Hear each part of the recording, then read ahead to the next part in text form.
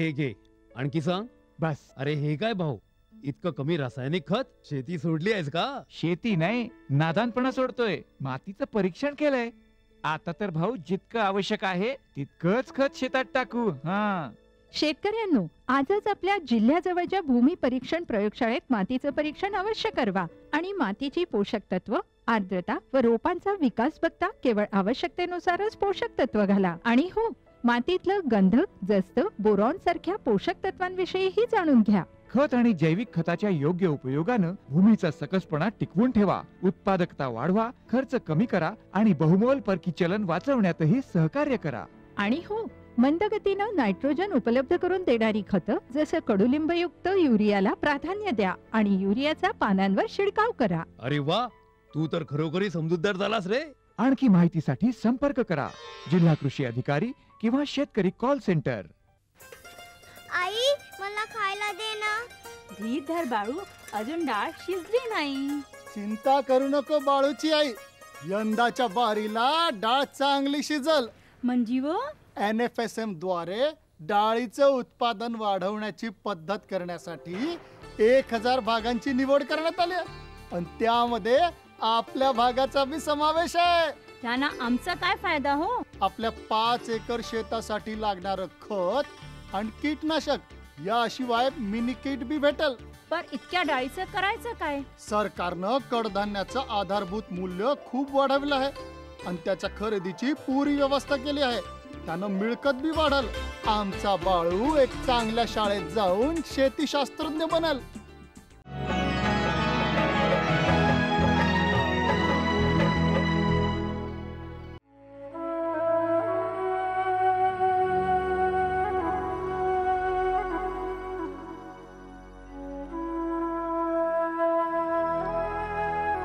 राज्यातील भीषण दुष्काळानं शेतकऱ्यांच्या डोळ्यात पाणी आणलं. माणसांना जिथं पाणी मिळेना तिथं जनावरांची अवस्था अगदीच वाईट.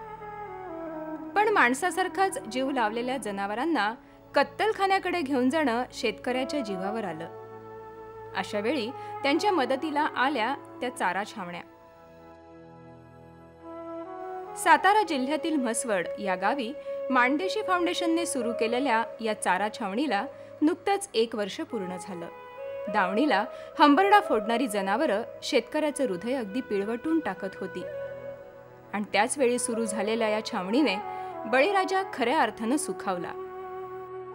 जवळजवळ 1000चा पेक्षा वर कुटुंब आज 1 वर्ष झाले इथे छावणीवरच राहत आहेत. म्हणजे 360 दिवस झाले आपल्या जनावरांसहित तिथे राहत आहेत. खरं तर म्हणजे तसं 1 वर्ष ह्या छावणीवर राहावं लागलं नाईलाजाने त्यांना, हे तसं बघितलं तर चिंतेची बाब आहे. म्हणजे ह्याच्यासाठी म्हणते की आज 1 वर्ष झालं इथे शेतकरी स्वतःसाठी नव्हे पण आपल्या स्वतःच्या जनावरांना जगवण्यासाठी इथे राहिलेली आहेत. हे जर छावणी नसती, इथे चारा आणि पाण्याची सोय नसती तर आज ही जनावर शेतकऱ्यांना विकावीच लागली असती. पण जनावरांच्या छावणीवर 1 वर्षभर राहायचं म्हणजे नेमकं काय? म्हणजे प्रत्येक क्षण लोकांनी इथेच केले.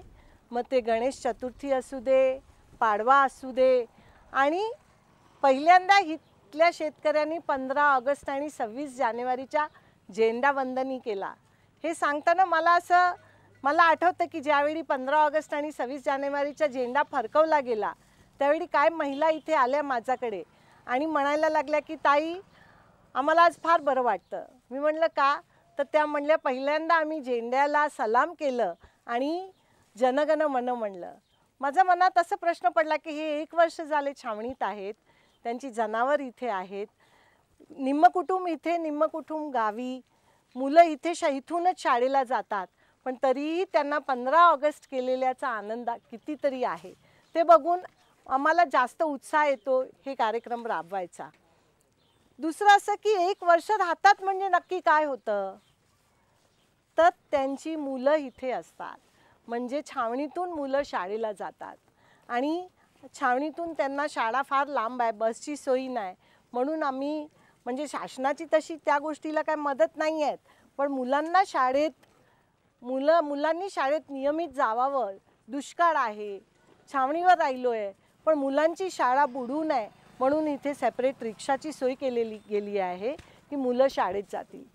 त्याचबरोबर असंही दिसायला लागलं की मुलं इथे शाळेत जातात, इथे मुक्काम करतात, जनावरांना पाणी घालतात, चाऱ्यासाठी उभे राहतात, पेंड घेतात.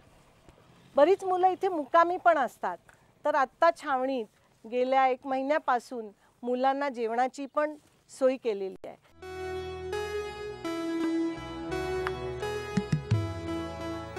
माणदेशी फाउंडेशनची चारा छावणी सुमारे 150 एकर जागेत पसरलेली आहे. आता या छावणीला अगदी गावाचं स्वरूप प्राप्त झालंय. त्यामुळेच इथं राहणारे शेतकरी सुखदुःख एकमेकांबरोबर वाटून घेतातच, पण सण सुद्धा एकत्र साजरे करतायत. जवळजवळ 150 एकरच्या परिसरात हे छावणी आहे. हे एक छोटंसं गाव बसलेलं आहे आणि त्या गावात ह्या जनावरांची निगा घ्यायला मुलं आहेत, शेतकरी आहेत. मला एक उदाहरण आणखीन सांगावंसं वाटतं. इथे एका महिलेची छावणीत डिलिव्हरी झाली. छावणीत का डिलिव्हरी करावी लागली तर गावात पाणी नाही आहे. टँकर दर 30-60 दिवसाने येतं आणि छावणीतून जर गावी गेलो तर हे सगळं राहणं शक्य होणार नाही. मी त्यांना प्रयत्न करत होतो की तुम्ही तुमच्या गावी करा, पण त्यांना तशी काही सोय नव्हती. मग इथे डिलिव्हरी झाल्यानंतर, मुलगा झाल्यानंतर छावणीच्या शेतकऱ्यांनी ठरवलं की बारसं पण इथेच घ्यावं. आणि मला अभिमान वाटतो सांगायला की हे शेतकरी जे आज दुष्काळाने ओरपडलेले आहेत, ते शेतकऱ्यांनी त्या मुलाच्या बारस्याला प्रत्येकाने 10,000 रुपये गोळा करून त्याच्या नावाने 10,000ची FD केली. म्हणजे आमचे शेतकरी, भारतातले शेतकरी जे आज दुष्काळाने ओरफडलेले आहेत, तरी त्या वेळ आली तर त्या छावणीला जन्मलेल्या मुलाचं त्यांनी कौतुक केलं. या छावणीच्या व्यवस्थापनासाठी 82 कर्मचारी दिवस रात्र इथे राबतात. या छावणीची 33 वॉर्डमध्ये विभागणी करण्यात आली आहे. त्याचबरोबर शेतकऱ्यांना नोंदणी कार्ड देखील देण्यात आलंय. शेतकऱ्यांना जनावरांसाठी ओला तसंच सुका चारा पुरवला जातो. छावणीमध्ये जमा होणाऱ्या शेणापासून खतही तयार केलं जातं. त्यासाठी वेगळी उपाययोजना देखील करण्यात आलेली आहे. 2 महिन्यानंतर पाऊस पडल्यानंतर सगळी जनावरं जाणार, ह्या घरी जाणार. घरी गेल्यानंतर लोकांनी शेती करायचं म्हटलं तरी अडचण एक आहे की खत नाही लोकांच्या घरी. आणि ही खत आता सरकारनं 2-2 रुपयानं कमी केलेलं आहे. म्हणजे आमच्याकडून पैसे घेतले सरकारने शेणाचं आणि सांगितलं की तुमचं तुम्ही शेण विका. मग विकायचा प्रयत्न केला आम्ही. परत आमच्या लक्षात आलं की इथून या भागात अडचण अशी आहे की सगळं शेण घ्यायलासुद्धा कोणी, विकत घ्यायलासुद्धा कोणी आलं नाही पुढं. आणि मग अकलूज भागातनं लोक येतात जिथं पाणी आहे तिथं, आणि तिथल्या लोकांनी तिथनं खत घेऊन जायला लागली. अगदी गच्च म्हणजे स्वस्तात 5,000 खत 2,000ला 1800ला मिळायला लागली इथं. आणि आमच्या लक्षात आम्ही ते बंद केलं खत विकायचं. आणि शेतकऱ्यांना सांगितलं की आता जे शेण पडेल इथं, कारण आतापर्यंत 32 लाख रुपये आमचं शेणाचं कट करून घेतलेलं आहे शासनानं, आणि 25 लाख रुपये गोळा करायला गेलेत. मोठं आम्ही खड्डा करून 2 एकरामध्ये केलेलं आहे शेण. पण आता आमच्या लक्षात आलं की शेतकरी घरी गेल्यानंतर पेरतील, तर शेण कुठं आहे? 2 वर्ष झालं शेणच नाही इथंच जनावर असल्यामुळं. म्हणून शेतकऱ्यांना आम्ही असं सूचना केल्या की तुम्ही ही शेण गोळा करा ना, आपापल्या शेतात येऊन टाका. आणि ज्यांना टाकता येणार नाही त्यांना फाउंडेशन हे ट्रॅक्टरनं त्याचं शेण भरून त्या शेतात येऊन टाकणार.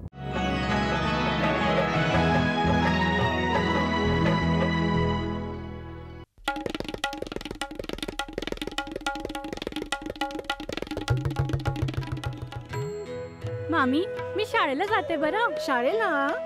अगं पण लग्नाच्या वक्ताला तू शिकलेली आहेस म्हणून सांगितलं होतं की. अव मामी, फार्म स्कूलला जातीये शेतीच्या नव्या गोष्टी शिकाया.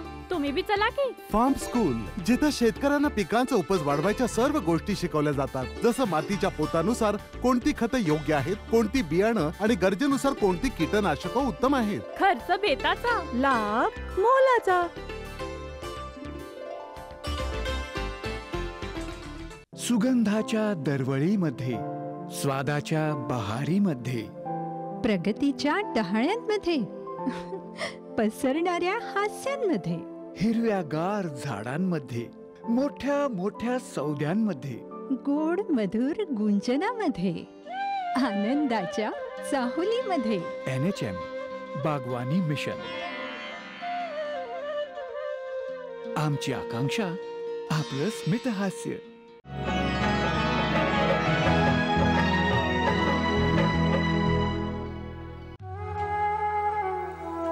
चारा छावणीमध्ये रोज 65 टन चारा आणि 3 लाख लिटर पाण्याची गरज असते. त्याप्रमाणे इथे नियोजन देखील केलं जातंय. प्रत्येक जनावराला पुरेसा चारा दिला जातोय.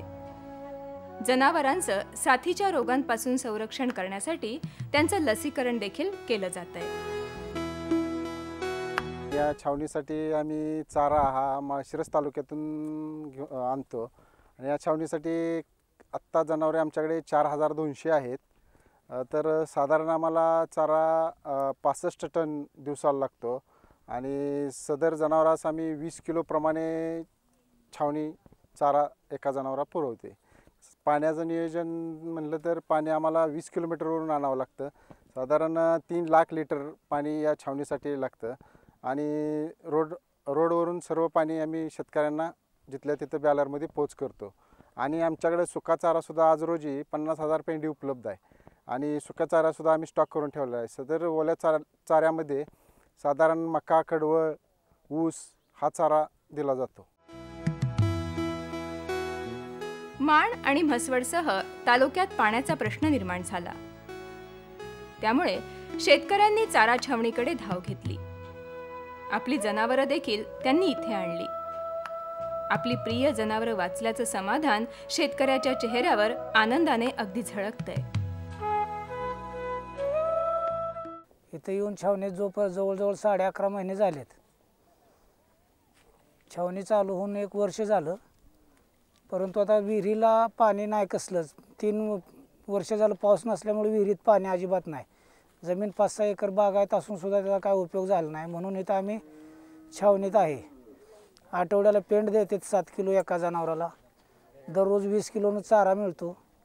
आम्ही इथं 11 महिना झाला आलो आहे. आल्यापासून पाणी कमी नाही, चारा कमी नाही, काय कमी नाही, सगळं भरपूर आहे. आणि घरी पाणी नव्हतं म्हणूनच आम्ही इथं आलो. पाण्यासाठी आमच्या डोळ्यातनं पाणी येत होतं, म्हणजे डोळ्यातनं पाणी येत होतं, ठ्याम येत होतं, पाणी मिळत नाही म्हणून.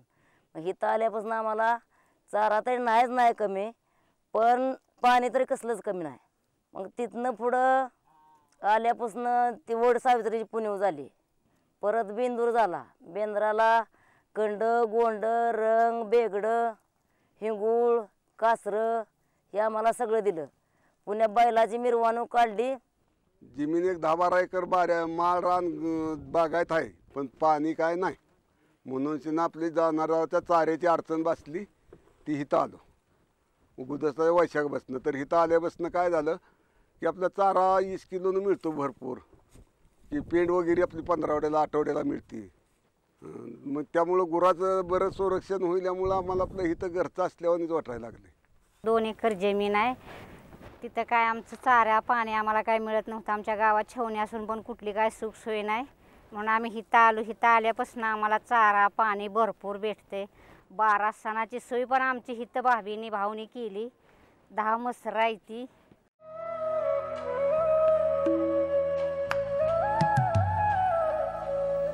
दुष्काळावर मात करण्यासाठी चारा छावणी हा अंतिम उपाय नाही.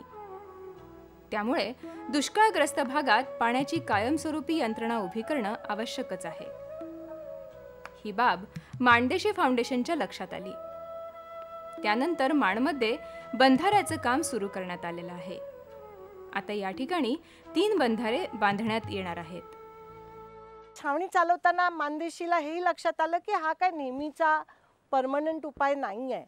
पाण्याची सोय झाली आणि माणदेशीचा आम्ही शेतकऱ्यांशी पण बोलतो की आपण हे ठरवूया की ही शेवटची छावणी असेल. हा दुष्काळ माणदेशातल्या शेतकऱ्यांसाठी शेवटचा असावा. म्हणजे पाऊस नेहमीच पडणार का? नाही, इथे पाऊस कमीच पडतो, पण पाण्याची सोय झाली तर छावणी नाही होणार. आणि ह्यांनी माणदेशीने बंधाऱ्याचं बांधकाम पण चालू केलेलं आहे.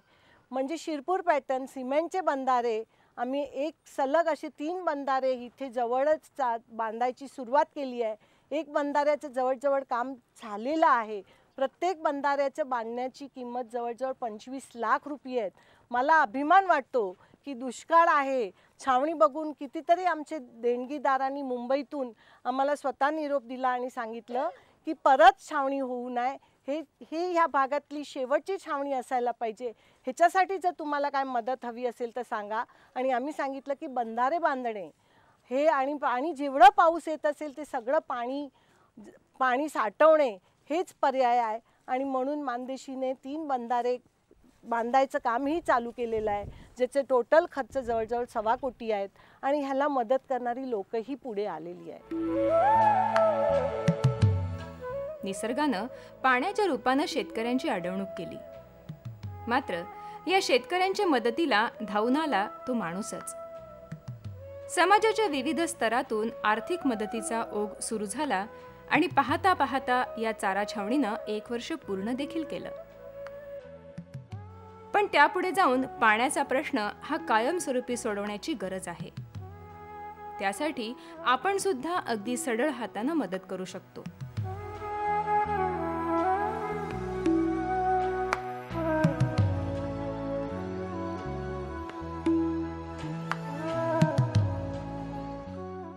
आमचा पत्ता निर्माता कृषी दर्शन दूरदर्शन केंद्र पुणे. आमचे ईमेल आयडी असे आहे ddkpuneKrishi@hotmail.com आणि ddkpuneKrishi@rediffmail.com.